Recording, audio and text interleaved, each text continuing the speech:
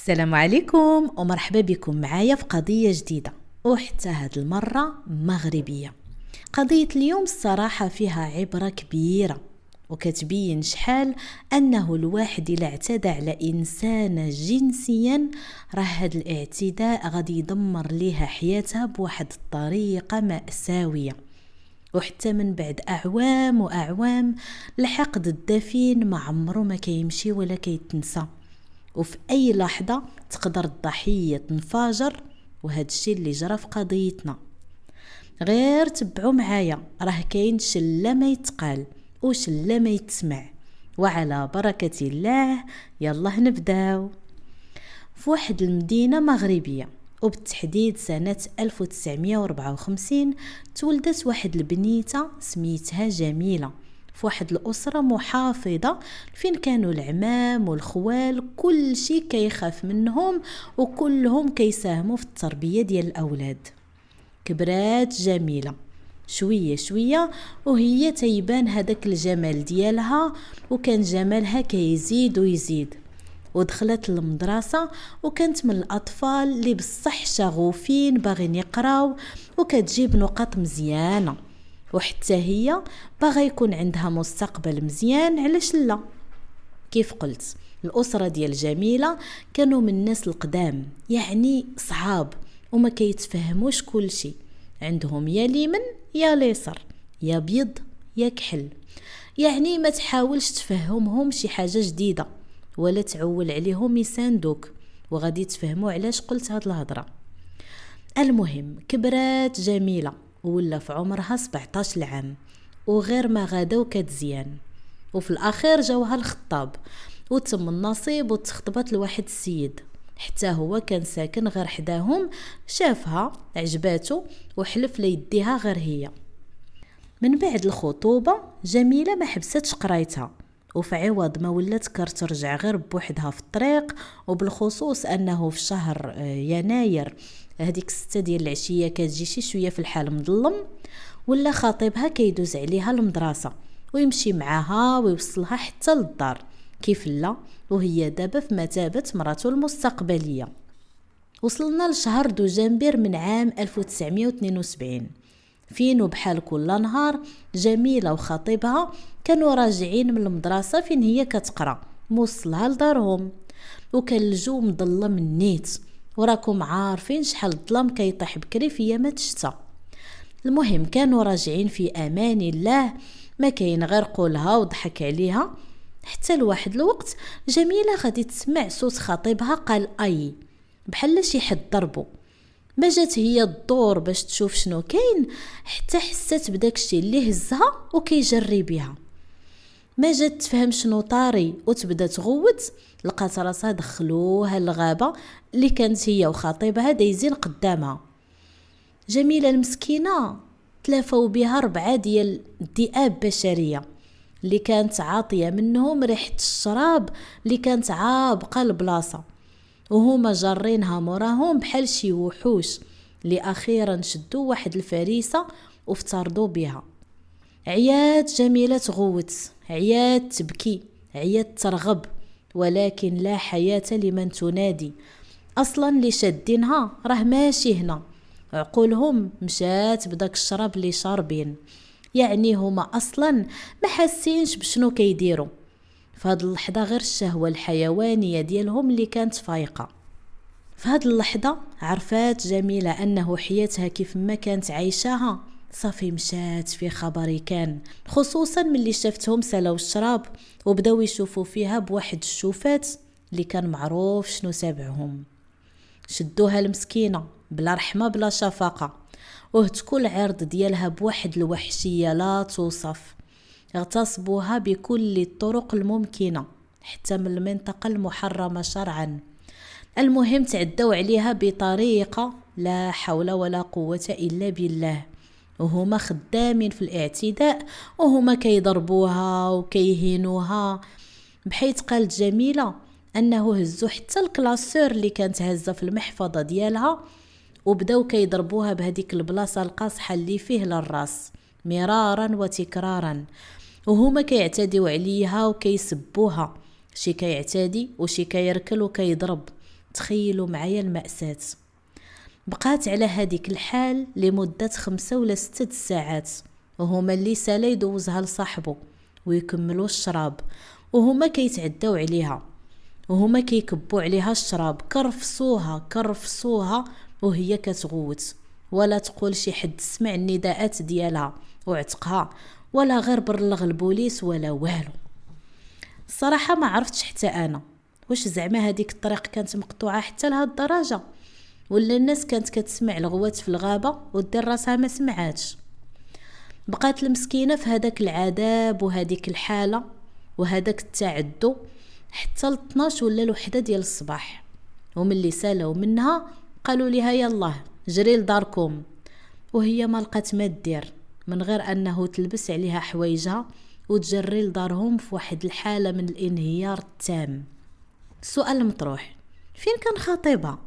مالو بقى فاقد الوعي 5 ديال السوايع؟ بطبيعه الحال لا، الا انه للاسف خطيبها ما كانش راجل، ناض ورجع لدارهم وما قال لحد راه جميله لا تخطفات لها شنو كيطرى ليها، ضرب الطم وخلاها تواجه الدنيا غير بوحدها.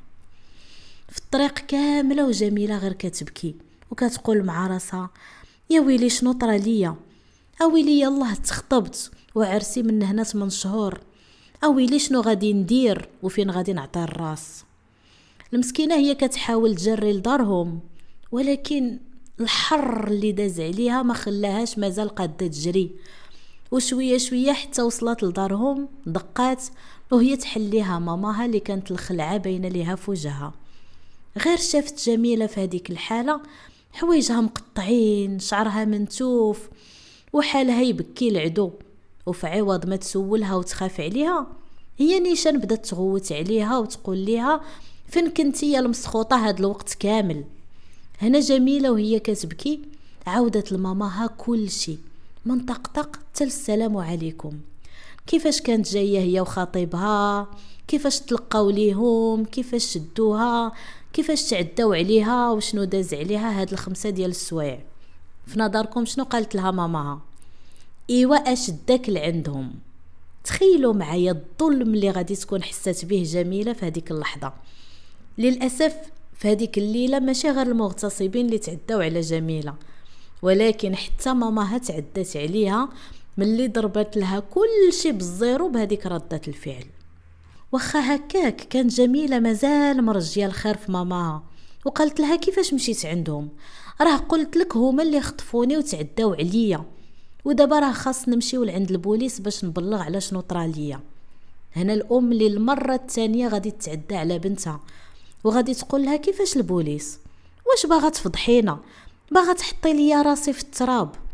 للاسف في مجتمعنا ضحيه الاغتصاب هي اللي كتكون مذنبه، وفي عوض ما هي اللي تبلغ والمغتصب ياخذ حقه، كيقولوا هو اللي عنده الصح واللومه كامله كتحط على الضحيه. وهذا الشيء اللي طرا الجميله المسكينه. هنا ما عرفتش مازال شنو دير، وملي صرات على ماماها انه يبلغوا نزلت عليها بالعصا، عطاتها قتله ديال العصا، زدت عليها همها في عوض ما تعاونها. وجميله تحملات وسكتات، وملي كلات العصا من عند ماماها اللي كانت كتهددها بخوالها اللي اصلا جميله كانت مرعوبه منهم، كمدتها في قلبها ودخلت دوشات ولبسات. وهذيك الليله تقول واش النعاس شافته ولا جاها. لا غد ليه صبحت حالتها كفس بشنو داز عليها. وهنا فين جا واحد خالها لدارهم وشافها بهذيك الحاله، وملي سول ماماها قالت ليه ايوا المسخوطه راه كانت ضايعه الليل كامل. الام هنا كانت اكثر ظلم من هذوك المتعديين، حيت ما كلفتش راسها غير تشرح لخوها اللي هو خال جميله شنو طرا ليها. في الحال لصقت اللومه كامله على بنتها وقالت لها راه هي اللي كانت ضايعه. تقول غير شي حد يهضر معاها يسولها يجلس حداها ويبين ليها شحال هي مهمه عندهم وشنو طاري ليها راه بصح خطير، والو. عاد ما زاد حبيبها ولا خالها حتى هو هلكها عصا، وزاد كمل عليها اكثر ما هي كانت مدمره نفسيا وجسديا. عاد ما زال كسرها ومرضها وهذا الشيء كامل اللي طرا الجميلة من الليلة اللي قبل دابا غادي يدير واحد الندبات وواحد الجروح في روحها اللي ما عمرها غادي تنساها. هاد الليلة غادي تبقى جميلة تعيشها وتعاودها عمرها كامل، وغادي تفهموا شنو قلت في سياق القصة. جميلة ملي شافت أنه عائلتها كاملة ضدها، وإلا بقات هي تما حياتها غير غادي تولي عذاب في عذاب، هادشي إلا ما قتلوهاش عائلتها النيت، هنا هزت حوايجها ومشات لدار واحد صاحبتها اللي كانت على علاقة مزيانة معها وكانت يهودية الديانة، واللي لقات فيها الخير على عائلتها المسلمة. يا حسرة، صاحبتها غير شافتها في هذيك الحالة تصدمات، ما فهمت والو. وفي الحال دخلت جميلة لعندها، داواتها وداوت لها جروحها وخلتها ترتاح. ومن بعد جميلة عودت لها على المصيبة اللي طرت لها كاملة، لا من هادوك 4 ديال الوحوش اللي تعدوا عليها، لا من خطيبها اللي لاحها وهرب، لا من عائلتها اللي حتى هي ما لقاتش فيهم الخير. حاولت صاحبتها معاها انه واخا هكاك ترجع لدارهم، حيت راه في الاخير ما عندها عليهم لين، الا انه جميلة رفضات ووصت حتى صاحبتها ما تعاود والو لعائلتها وما تقولش لهم اصلا راه جات عندها. وشوية ديال الوقت من بعد غادي تخرج جميلة من دار صاحبتها، وهنا فين حياتها غادي تبدل 180 درجة. جميلة قررت أنه من هذاك النهار عمرها مازال غادي ترجع لدارهم ولا تسوق ليهم، وكيف ما لاحوها حتى هي لاحتهم. غير هو عقل وحدة كان عندها 17 عام اللي تعرضت لهذوك المواقف الصعيبة في ليلة وحدة، وهذوك الصدمات من كل شيء في الحال أثر على نفسيتها وما خلاهاش تفكر بطريقة مزيانة، حيث في عوض ما تمشي لعند البوليس وتبلغ على شنو طرا ليها، هي فضلت أنه تخرج لعالم الليل. للأسف البنيته اللي كانت غير من وقت قريب بنت دارهم، البنيته اللي مغمضة عينيها، وكيف قالت هي البنت اللي كانت دايره الضفيره وكتلبس الكسوه تحت الركبه، ولات وحده من بنات الزنقه وبدلت اتاي بالشراب والعفه بخرجان الطريق.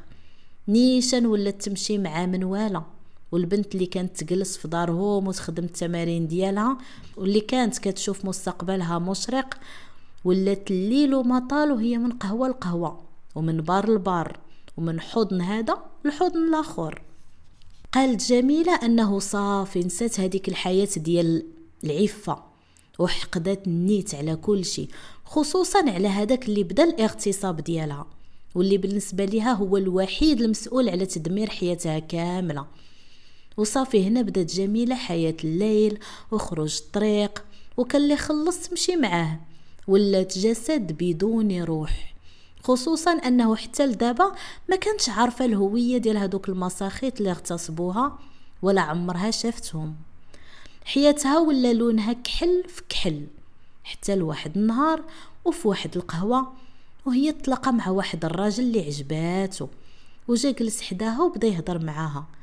هذا الراجل ما كانش عارف انه جميله راه هي فتاه ليل، هو شاف بنت زوينه اللي باين عليها انه ما عندهاش مأوى، وملي هضر معاها زاد الاعجاب ديالو بها اكثر واكثر.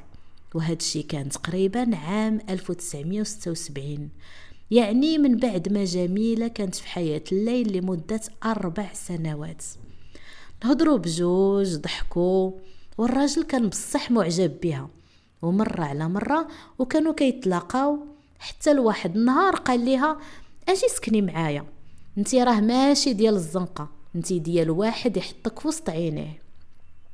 بالفعل جميلة غادي تمشي معاه للدار بلا زواج بلا والو، وغادي تعيش معاه، وبطبيعة الحال غادي تكون بيناتهم علاقة غير شرعية، كانوا عايشين تماما بحال مزوجين غير هو بلا عقد. ودازوا الأيام والأشهر على هذا الحال، حتى لواحد النهار فين غادي يطلبها هذا الرجل للزواج. جميلة ما تيقاتش ودنيها، أو بصح بغى يتزوج بيا، كانت غادا تطير من الفرحة، ماشي حيت كانت كتبغيه ولا طايحة في غرامه، لا، حيت إلا تزوجت به هاد الزواج غادي يدير ليها شان وهمة وراجل سند ليها، وحتى قدام أسرتها اللي بصح توحشتهم وخا ما وقفوش معاها، إلا أنه كانت في قرارة نفسها باغا تصالح معاهم. يعني هاد الزواج كان بحال هداك الطوق ديال النجاة عندها، هداك الحبل اللي غادي تشد فيه باش تخرج من هداك الظلام اللي كانت عايشة فيه سنين ومنين. مشات هي والراجل اللي نوى معاها المعقول عند عائلتها، اللي هي كانت قالت ليه راه كانت مخاصمة معاهم، غير هو ما قالتش ليه علاش. المهم مشاو، وكيف هي كانت معتقدة وصرتها غير شافوها جاية وجايبة معاها راجل محترم بالجواج، نساو كل شيء، داكشي اللي فات كل شيء تنسى وصافي صفات القلوب وكل شيء بدا صفحة جديدة. تزوجت جميلة على سنة الله ورسوله، وكان رجلها كيعاملها أحسن معاملة، بحال الله عوضها شوية على هذاك الهم اللي عشت فيه. ودازوا السنين وولدت جميلة 2 بنيتات. غير هو هاد الوقت كامل وهي نفسيتها كانت خايبة، يعني واخا تزوجات وولدات ولات عندها دويرة وراجل اللي تعاملها مزيان، إلا أنه شنو طرا ليها مازال منغص عليها عيشتها. كانت غير كتسد عينيها تتفكرهم وكتشوفهم شنو كاع هداكشي اللي دوزوا عليها، حتى تأنيب الضمير من ناحية رجلها اللي ما كانتش خابراه ولا معوده ليه على هادوك اللي اغتصبوها، ولا كانت قايله ليه راه هي كانت خدامه بنت ليل كان زايد عليها وداير ليها الكآبه. واحد النهار خدات واحد القرار وقالت يا تصيب يا تخيب، انا راجلي ماشي هو عاملني مزيان ونخبي عليه الماضي ديالي. وهنا فين واحد النهار جرات رجلها وجلسته قدامها وقالت ليه عندي واحد السر في حياتي دفين وقهرني ودمرني، اللي قررت اليوم نبوح ليك بيه، حيت انت كنتي معايا راجل وحتى انا غادي نكون معاك بنت الناس. قال لي راجلها اي والله يسمعنا خبر الخير. وهنا فين جميلة غادي تعاود ليه كل شيء من طقطق حتى السلام عليكم، خوات عليه المزيودة كاملة ما خلت عندها حتى شي حاجة. وهي تتعاود ووجه راجلها كيتبدل، الراجل اللي كانت مرجية فيه الخير أنه غادي يتفهمها، إلا أنه للأسف حتى هو بحال عائلتها خدلوها. راجلها من بعد ما سمع قصتها حتى هو ما رحمهاش وتبدل 180 درجة معاها. الهضرة هي الأخرى ما بقاش يهضر معاها، حياتهم وعلاقتهم الزوجية ما بقاش يقرب ليها بتاتا. السيد ولا كارها. كيف قالت جميلة قبل أنه علاقتهم بدات كعلاقة غير شرعية وعشت معاه بلا زواج، ولكن ما تقبلش أنه تم الاعتداء عليها ماشي بالرغبة ديالها. يعني هي ما طلبتش من هادوك يتعداو عليها، علاش غادي يحاسبها على شي حاجة طرات لها بزز منها؟ بقى هاد النفور بينه وبينها لمدة 8 شهور، حتى صافي واحد النهار ملي فهمات انه والو ولو تخليت من سنين ما غاديش يبرد، مشات عنده واحد النهار وقالت ليه الا ناوي ما تسمحش وتفهم صافي ما بقيتيش باغيني قولها ليا نيشان. قال لها ما بقيتش باغيك. وهنا قالت ليه جميلة هي الاولى، وهزت حوايجها ورجعت لدارهم. 3 شهور ديال العدة سالتهم في دارهم، ومن بعد رجعت حليمة لعادتها القديمة، وخرجت جميلة مرة واحدة أخرى لحياة الليل وهي حاقدة كتر وكتر على داك المسخوط اللي اغتصبها. المعلومة اللي مازال ما قلت هي أنه غير قبل ما جميلة تزوج كانت شافت واحد من هادوك المساخيط اللي اغتصبوها في واحد لابواط اللي كانت هي جالسة فيها وسهرانة، وعرفت أنه وحدة من صحابتها كتعرفه بالاسم. غير هي في نفس الوقت تعرفت على راجلها وقالت تبدل هذيك الحياة ديال الليل بحياة أحسن، يمكن غادي تشافى وتنساه وتنسى شنو طرا ليها. وفعلا 11 عام وهي متبعة أخبار هذاك المسخوط، ولكن غير من بعيد تتقصى عليه، ولكن تتقول أنا دابا ربي سهل عليا ورزقني بهذا الراجل الحنين. غير هو من بعد شنو دار ليها راجلها، ومن اللي لاحها غير سمع القصة ديالها صافي عاود شعل فيها العافية اللي كانت فيها أصلا شاعلة، غير هو زاد شعلها وزاد لها هذيك الرغبة في الانتقام اللي كانت عندها. مشات جميلة وبالحيلة قدرت تاخد من عند صاحبتها المعلومات على هذاك المسخوط، زعما لي بواط اللي كيمشي ليهم باش حتى هي تمشي لتما وتحاول تقرب منه. وداك الشيء اللي كان. بدات جميلة كتمشي وتقلب حتى النهار اللي شافته. اخيرا شافت المسخوط اللي دمر ليها حياتها جالس قدامها، خدام كيشرب كاس مورا كاس. المهم تقربت منه وقدرت تجلس معاه وتبقى تتحلون عليه، والشراب حتى هو راه كيقصر المسافات. وفي الاخير ولاو معارفين، وكانت كل ما مشى باش يلتما كيتلاقاو. ونهار على نهار قدرت جميلة صافي تصيدو، ويولي كل شويه يطلب منها يخرجوا يتساراو. حتى لواحد النهار فين قال ليها تمشي معاه للدار. اخيرا هذا هو النهار اللي كانت جميلة تتسناه. هنا قالت ليه انه هذاك النهار ما يمكنش ليها وراه ما كانتش معوله، ولكن قالت ليه خلي غدا نمشي معاك فين ما بغيتي. صافي اتفقوا على لا غد ليه يتلاقاو ويديها معاه للدار. غير هو قبل مشات جميلة عند شي صاحبتها اللي كانت خدامة في شي صيدلية ولا لابوراتوار، وقالت لها راه عندها مشاكل ديال النعاس وراه بغات شي حبوب منومة، وقدرت بالفعل انه تاخذ هذوك الحبوب من عند صاحبتها. وصل النهار اللي غادي تمشي فيه جميلة مع صاحب دقتها لدارو. غير وصلوا وهي تقول ليه راه فيها الجوع، ونعتت ليه واحد السيد كيشوي الكفتة. السيد كان فرحان اللي جابها معاه، وكان معول يدير ليها اللي بغات. المهم في الاخير يقضيو الغرض. غير هو هبط يجيب الكفتة، جبدات جميلة هذوك الحبوب المنومة ودارتهم ليه في القرعة ديال الشراب اللي جاب، وسيناتو حتى جا وحطوا هذيك الماكله. السيد نيشان كب الشراب وبدا يشرب، وما داش بزاف ديال الوقت حتى بدا يبان عليه راه دايخ النيت، بدا كاع يديه النعاس. باش جميلة تأكد انه بصح غادي ينعس وما غاديش يفيق ليها، حيت كيف ما كان الحال راه الراجل ديما صحيح على المرأة، وباش تقدر عليه راه خاصها تخدرو. زادت كبات ليه هذاك الشراب في الكاس ودارت ليه فيه حبوب منومه وحده اخرى وعطاتو يشرب، وهو غير ما وكيزيد يطيح كا وكتر وكتر. شنو دارت جميله هنا؟